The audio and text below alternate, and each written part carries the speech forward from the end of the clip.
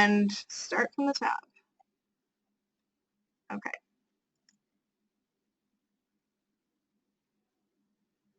Great. Okay, sounds like people can hear me now. Perfect. Thank you for letting me know. There was some difficulties. I didn't see those chat things coming in telling me that there was no sound. Okay, so we will get started again. No worries. That was just my practice round then. Hopefully it'll be perfect this time. All right. So this is being recorded, so we will clean this up and provide a recorded version on the website, just so you know. So there will be an opportunity to review it later if you have to jump off right at the end, because I know some of you might be done at noon and have to get to something else. So we will try to keep it to that time, but it will be recorded and posted. Feel free to continue putting in those the chat function if you have questions, and I'll keep trying to check that throughout the presentation to get you any questions answered. Okay, so just to review, our due date is May 19th at 5 p.m. For each CoC funded project, you'll have to submit a confirmation survey, which will go through exactly what that is and what you need to do. But keep that date in mind. It's very, very soon. It's a very quick turnaround given HUD's deadline for us with the GIW. We get a very limited number of days to complete it, and there are some steps we have to complete on our end as well. So it's just a few days turnaround to get it completed for that first draft confirmation. And that's May 19th at 5 p.m. I'll keep repeating it, but make note of that. All right, so some of our objectives today is just to go over the grant inventory worksheet and its relationship to the CoC program competition, to provide an overview of the GIW confirmation process, so that survey that you'll have to complete, and then what we'll do on our end to confirm as well. And then we'll also present the specific instructions and steps for completing the fiscal year 16 GIW confirmation survey in Survey Gizmo. And we'll discuss some of the fiscal year 16 GIW highlights and reminders, including options for program component changes. And finally, we'll be able to answer any questions related to the GIW process either throughout, but I will keep most of the questions to the end. We'll have time for people to raise their hand or either submit through the chat function as well. Okay. So what is the GIW? Each year, the U.S. Department of Housing and Urban Development, or HUD, releases the GIW, Grant Inventory Worksheet, which includes basically just that. It's an inventory of all of our CoC-funded projects within the CoC that are eligible for renewal in that upcoming award year. And so it includes details about your current contracts, and that includes basic information like your grant number and your expiration date for your grant. It also includes your budget amounts and your unit configuration for those that have separate units for rental assistance. It will also solicit information about the proposed contract for the upcoming fiscal year. So there's sort of two sections. One will be, I believe, blue. That's kind of your current information. And then the section towards the end is actually asking about your proposed contract for the upcoming fiscal year. So it looks something like this. For those that are familiar, it's basically an Excel spreadsheet, a giant one. We have a lot of contracts, so you'll see it's a very vast spreadsheet with a lot of information in it. So you'll see, we'll go through what all these columns are and what's included in it. But basically, the purpose of this is first to gain all the details on each individual contract so that we ensure that we and HUD have the appropriate information, that it's all complete and accurate before moving on to the upcoming competition. So this is their way of confirming all the information for all of the grants. It's also, more importantly, a way for us to gain our CoC's annual renewal demand, or ARD. So that's basically the total amount of renewal projects, and that will determine our demand for renewal funding for the upcoming competition for fiscal year 16. Just to provide a little bit more context about where this fits in with the full competition process, it's one of the first steps. Generally, it's the first step in the CoC program competition. And it's, again, used to calculate that annual renewal demand, which is the amount we can apply for. So any projects submitted from the GIW are not allowed to apply for renewal funding by the CoC. And so it's very important that you ensure all of your projects are included that are CoC HUD funded, It's also important that you ensure all of the information is completely accurate. So it's a very detailed spreadsheet where the details are going to be very important to ensure down to the very dollar everything is accurate.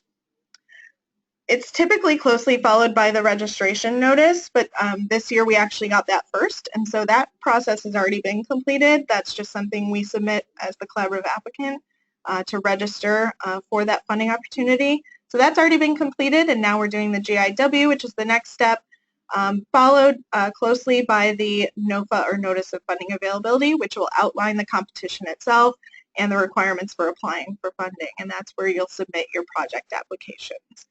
So that usually comes after the GIW. It could come right away. It could come several months later. As we know, we don't exactly ever know exactly when that's going to be submitted or released.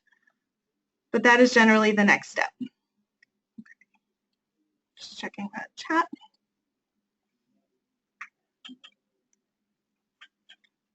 Okay, so for fiscal year 16, the GIW confirmation process will look pretty similar to last year. So each year, CoCs are required to verify that, again, the GIW includes all projects that are eligible for renewal and that the contract information in it is accurate.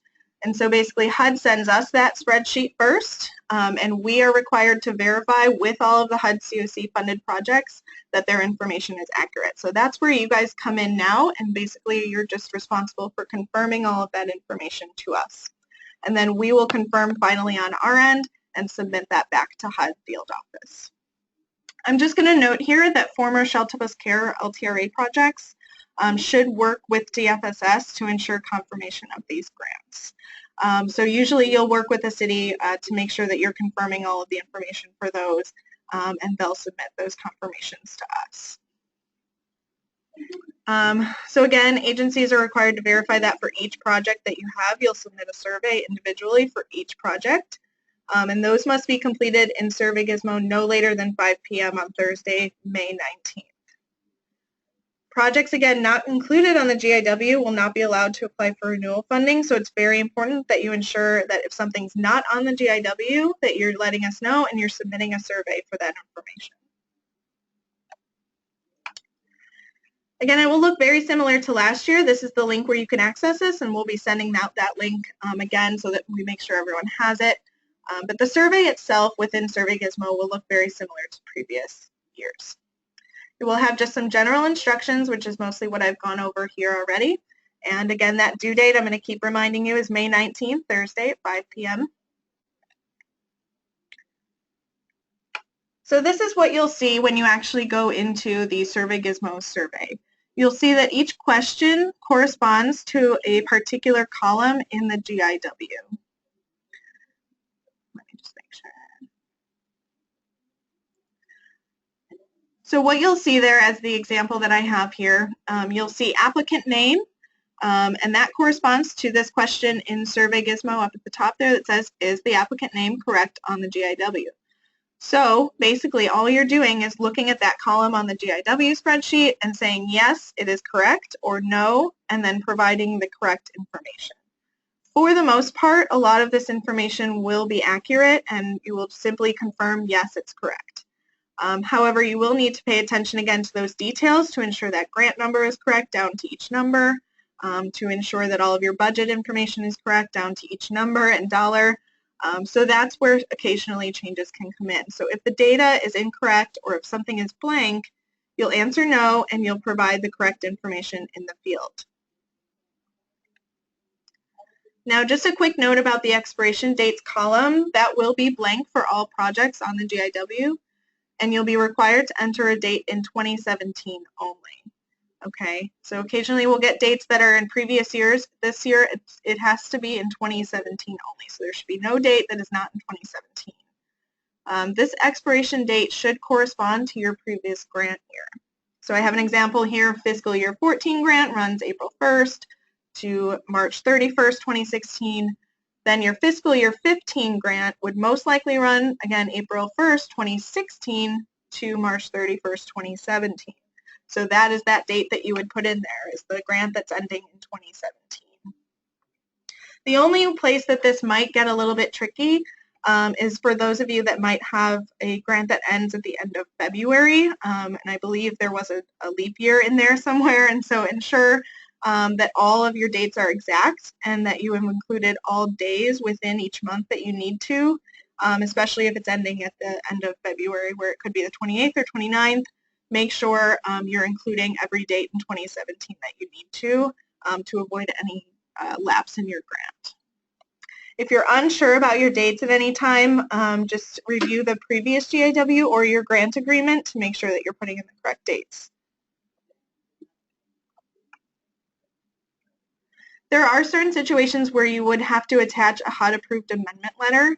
So if you were to answer no, that something is not correct in the GIW, and you would put in the change or the updated information, some of these might require you to attach a copy of a HUD amendment approval letter, which just means that throughout your grant period, you at some point changed your grant with HUD or made an amendment to your grant, a budget change, something of that nature, and you would have a signed HUD amendment approval letter approving that change. And so we will just need to see that on our end to ensure that that change was made officially with HUD for your grant. And so that there will be an opportunity within SurveyGizmo to upload that document there. You will see there are some guidelines around what should be uploaded, so it should be a Word doc, a PDF, a text file. It cannot be an image file. It cannot be any other file that is not listed there. And the max file size will be 1 megabyte. So these should just be a couple of pages. This should not be a large document. So just let us know if you're having any difficulty with that upload. And that is, as usual in SurveyGizmo, a two-step process. So you'll click Browse, find it on your file, find your file on your computer, and then you'll have to click here to upload. You'll have to click that second button to make sure it's uploaded. I should note too there that if you don't have a HUD amendment approval letter, but you believe a change needs to be made on the GIW, just contact us and ask about that so that we ensure on our end that that change is something that in fact should be made on the GIW. Let me just check real quick. Okay. Questions? Okay, it sounds like my mic might have gone out on that slide for a second, so I'll just repeat that. So if you answer no to any of those questions, it will prompt you to upload an amendment approval letter. And that's mostly for if you've made a specific change with HUD, either to your grant or to your budget in your grant, that should have been an approved change through HUD that would require a HUD signed amendment approval letter. And so we'll just need to see that on our end just to confirm that that was a change that was approved. Occasionally people will be in a process of making a change or something didn't actually get approved by HUD. So we need to know on our end that that was an approved change that happened throughout your grant year. So you will have that option at the top to save and continue later that you might have seen in other surveys. You'll simply click on that at the top where it says click here to save and continue later, and you'll enter your email address. If you have difficulty with that or you're not receiving it, try using a different email address or let us know. But you should be able to access your survey again later through that link that it will send to your email. But be sure to check your junk folder as well or your spam. Sometimes SurveyGizmo can go through there as well. And then I just want to note that at the end you will have the opportunity to indicate any other errors in the GIW. So as I mentioned, each question in the survey will correspond to a column in the GIW. So it's pretty straightforward. But if at some point throughout there you were not able to note a change that you would like to make, or if there's another note that you want to include to us, there is a final question there that just says, are there any errors on the final draft? And you can just explain any other comments or questions or concerns with the information that you've provided, just to make it move quickly and smoothly so that we have everything we need on our end.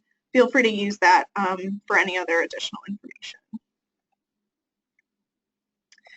It's highly recommended and very suggested that you save a PDF before you complete your final submission. So you'll have that option there.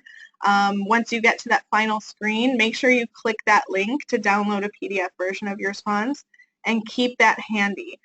We will do another final confirmation, so it's good to know what you've submitted to us as changes so that you can then confirm again that those changes have been made in the final draft and that everything is exactly correct. So make sure that you save that just so you have it, and if you can reference it, keep it readily available in case we need to come back to you with any questions or you need to confirm later on that those changes have actually been made in the final submitted draft. And you also receive a confirmation email to the address you entered within the survey. So there will be an option to enter an email address. That is the email address that will get the confirmation email. So make sure that that's somebody that should be the contact for this particular item. So don't put in someone else that will not know the information of the GIW or your submission, because that will also be the contact person that we'll use to confirm items or to ask questions and to communicate back and forth. So make sure that's the person that should be the contact for the GIW going forward for this process as well. So I'm going to stop just here for a second and see if there's any questions about the actual submission of the survey itself. It doesn't seem like there's too many. Let me see.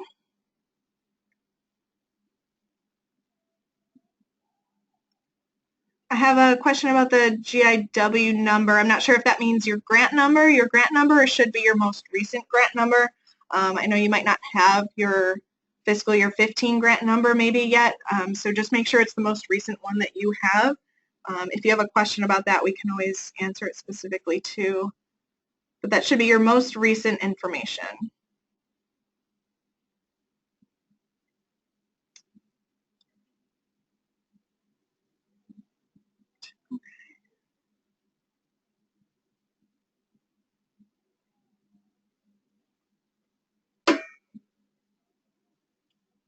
The other question I will have to look back at and get an answer afterwards. Okay, it doesn't seem like there's anything else about the survey itself. Okay, so just for some highlights and reminders, there are some items with the GIW that come up each year that are a little bit different than filling out and just confirming your information, so I'll just go through some of those real quick. The first one is just important to note, shifting and adding funds is not allowed through the GIW process, so you may not make changes to your project budget at this time. Again, that happens through a grant amendment with HUD, and they have to approve that, so that's not something that happens through the GIW. So if you want to move something from, say, operating to supportive services or something like that, that does not happen through the GIW. You cannot move from one budget line item to another at this time. There are a few acceptable changes during the GIW process, and I'll go through those right now. Generally, the first one is admin costs. So generally, your administrative costs should not change. For the most part, you'll just confirm that amount is still accurate, and you'll just say yes and move on to the next question. The GIW calculates the admin costs allowed for each project, and that's in column AT. So you'll see calculated admin costs allowed, and that's basically a formula that they've built into that survey, or into that spreadsheet rather, that will calculate your allowed admin costs based on the previous column. So it calculates it based on your project type, whether you're a first-time renewal, it calculates it based on your other budget line items, and that will basically give you your maximum allowed admin costs. Now, all projects are permitted to request up to 10% admin costs. However, any percentage above 7%, so you might be at 7%, you might have already increased to 10% at a previous time, but any percent above 7 must be carved from existing budget line items. Your total annual renewal award, so that's basically your individual total award, cannot increase. So you can't simply say I want to increase to 10% admin without taking it from some other budget line item, okay? So that's something you can choose to do if you need to. If you're not at 10% and want to move up to 10% for admin, you can do that, but you have to move it from another category. And so it will show up in red on our end if we put in that change and you've gone above that 10%, and we'll have to come back to you and say you have to get it from a different budget line item. Okay, so make sure that if you are putting something in your admin that you're taking it from somewhere else. And then again, there's going to be a column at the end as well, column AR, where it says, are you requesting admin costs that exceed your fiscal year 15 award? And so if this is a higher amount than you requested previously through your fiscal year 15 award, you will need to answer yes to that question. So that will signal to them on HUD's end that there's been a change here. Let me see if there's questions about that.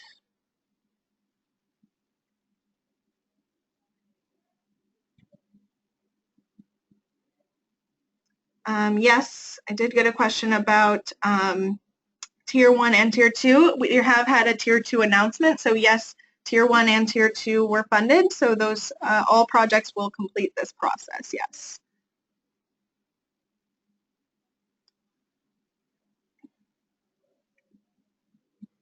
And yes, if you move, if you move any of your admin, so if you're increasing your admin anywhere up to 10%, yes, you need to reduce another line item, and that could be operating, that could be support services, whatever you have, you will need to reduce something to get that higher admin. You cannot increase your total award.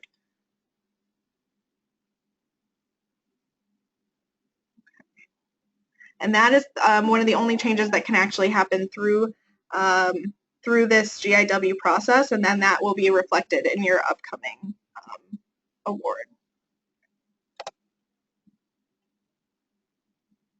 Okay, I think that's it for now. There were a couple other questions that are probably better answered afterwards, so I'll get back to you if you submitted another question not answered. Okay.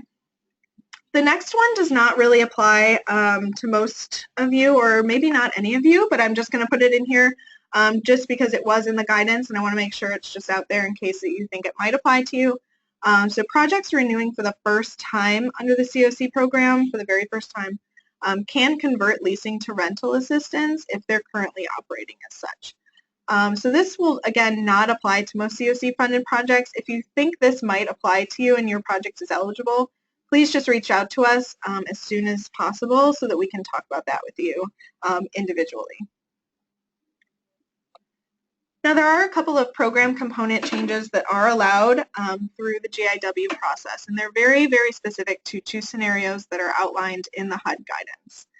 So I'll go through those a little bit right now. The first one, I don't know, again, if this would apply to any of our projects, but I'm just going to put it out there, and if it does, you just let us know. So projects with a supportive service line item and no housing costs. So that's no rental assistance, no leasing line items, but you have a supportive service line item. So this is for basically those projects that are a PH program but don't have any housing costs.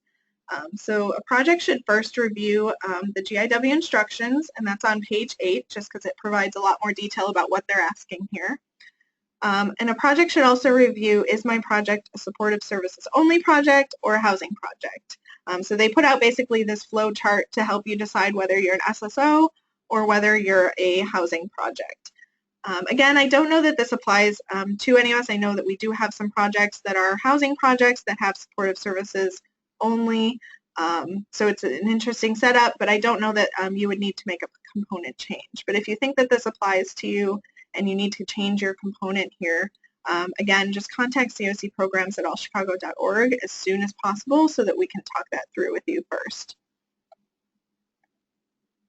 The next one definitely could apply to a few projects, so I'll get into a little bit more detail about this one. Transitional housing projects renewals that currently have the characteristics of a rapid rehousing project can do a component change to a permanent housing rapid rehousing. And so just to be clear, I'll go through what these requirements are, but this is specifically for transitional housing renewal projects that currently already have the characteristics of a rapid rehousing project. So this is not for transitional projects that don't currently operate that way.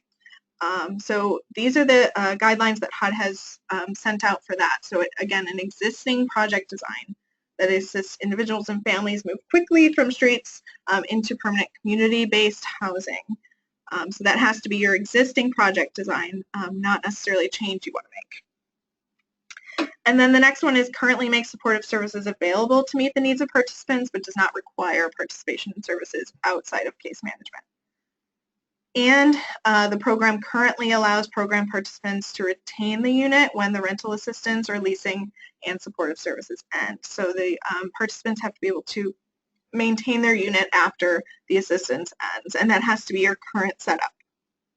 So again, it's just for those transitional housing projects that are already sort of operating that way, and it would just be a matter of changing what you are called from a TH to a permanent housing rapid rehousing project. So if your agency wishes to pursue one of those component changes, we recommend you contact us immediately so that we can start that. There are some steps that for any of these changes have to happen through HUD as well. And so those are things that we'll have to move very quickly on. So if you think that this might apply to you, make sure that you're contacting us so that we can have a more thorough discussion on it.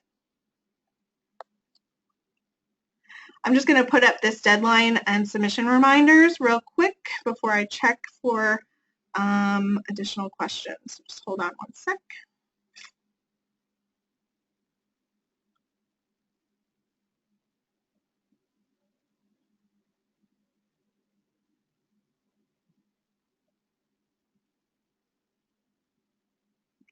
Okay, so there was another question about the admin. So yes, if you are increasing your admin amount, you'll simply say no in the survey and you'll update it to an updated amount. And then you'll also have to update the amounts and hit no for the other questions. So that would mean that when it asks you about the operating line item or whatever line item that you're taking that money from, again, you have to take it from somewhere, that you will then again update that information to change it to a different amount. And so all of that you have to ensure adds up to your annual renewal award or your total. So that cannot increase or change. It has to be the same amount that it was. So you have to take the exact amount from somewhere else and put it into admin if that is what you're choosing to do.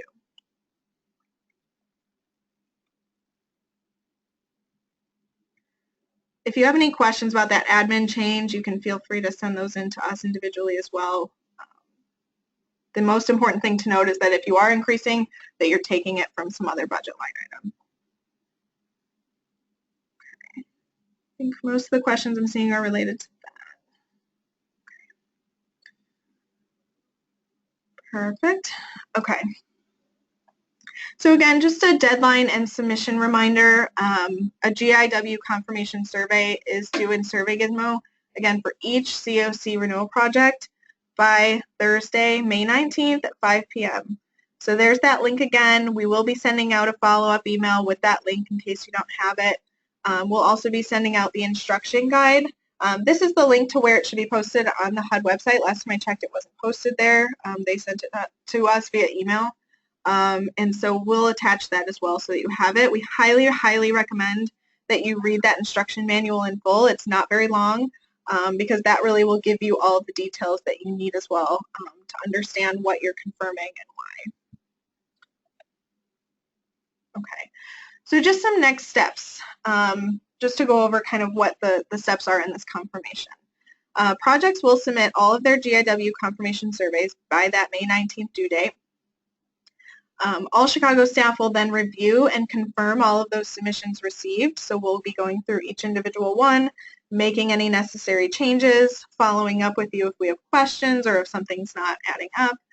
And that will take a couple of days. And then All Chicago will then ask all agencies to give a final confirmation of those changes prior to our submission to HUD. So please look out for that communication when it comes out. It'll most likely be Tuesday. Or Wednesday, but very, very quick. You will have maybe one day to confirm that we have made the changes that you've asked us to make, and we can then go back and forth if there's any discrepancy. But that will be a very quick turnaround because then we will have to actually submit this to HUD by no later than May 26th. So we need a couple days just to make sure that we've addressed any concerns or questions or are addressing any changes that need to be made. So please keep out over the next week for any communication from us and respond as quickly as possible. This is always a very quick turnaround for us, so we want to make sure that we're getting all the changes made that need to be and that we're answering any questions that need to be answered. Okay, so I've tried to answer some questions throughout, but let me see if anyone is raising their hand, and we can always unmute you to have you ask a question.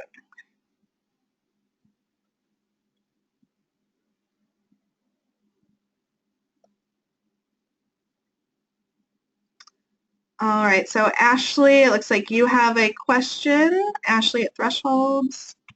I'm going to unmute you.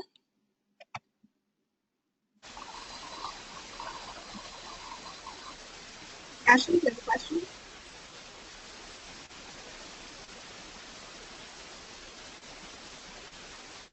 Okay, sounded like there was some feedback there. I didn't hear you, Ashley. If you do have another question, you can always submit that through the chat. Betty Sanchez, do you have a question? Keep your hand up if you do, otherwise take your hand down.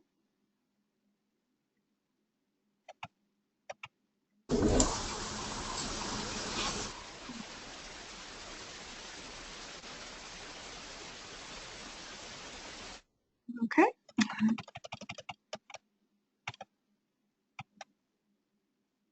Let's see here. Take your hand down if you don't have a question. Okay, Richard. Richard has a question. I'll unmute you. Richard, you are unmuted. Richard ran away. I was like, nope. Okay. Let's see. Again, lower your hand if you don't have a question. If you have a little hand icon next to you. Joyce Coffee, you have a question. I'm unmuting you. No, we don't. Okay, thanks. Everyone's raising their hand. Don't have any questions. Okay. I'll try one more. Jack, I'll unmute you briefly. Jack Schultz.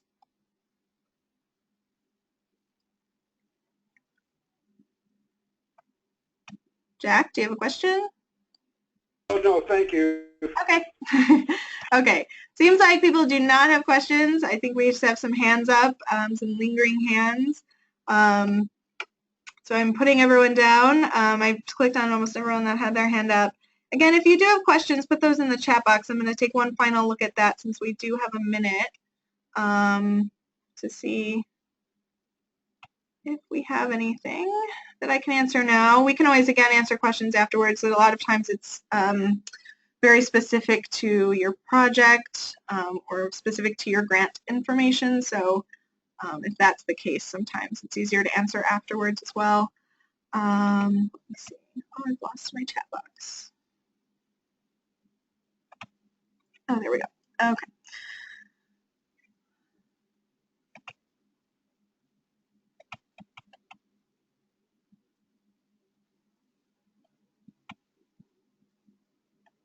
Blake, you had a question about the TH to RH conversion. We can answer that after the webinar. There are some steps that do have to happen through HUD, and I'm not sure if the final changes have to be made before the GIW is submitted, but you do have to start that process for sure with HUD before the GIW is submitted. And so we'll have to get you more information about the actual logistics of making any of those changes if that's something you're interested in. Looks like some of them are just related to the admin costs. And again, that's a change that you can make through the GIW, which does not always happen. It's one of the very few things that you can change. Okay. Doesn't look like there are any other questions that haven't already been addressed, so I'm just going to close out now. I'll keep this chat log and follow up with a couple people that had specific questions. And again, we'll have this recording available on our website for anyone that needs to review, or if you need to send it to somebody else who wasn't able to make it, feel free to do so. Thanks so much for joining us today. And for dealing with our technical difficulties as well, I apologize for that at the beginning. Again, if you have any questions at any time, feel free. I know it's a very, very quick process, so we will be on those questions very quickly if they come in. That CoC programs email up on the screen is the best way so that we can just get your question to the most appropriate person as quickly as possible. So that kind of goes to our whole team, and then we can figure out who can answer it as quickly. So best to just reach out to that email first rather than any individual so that we can funnel all those questions and know what's coming in as well. So again, feel free to submit those, review that guidance, and we'll send out that link to the Survey Gizmo survey as soon as possible. Okay, thank you.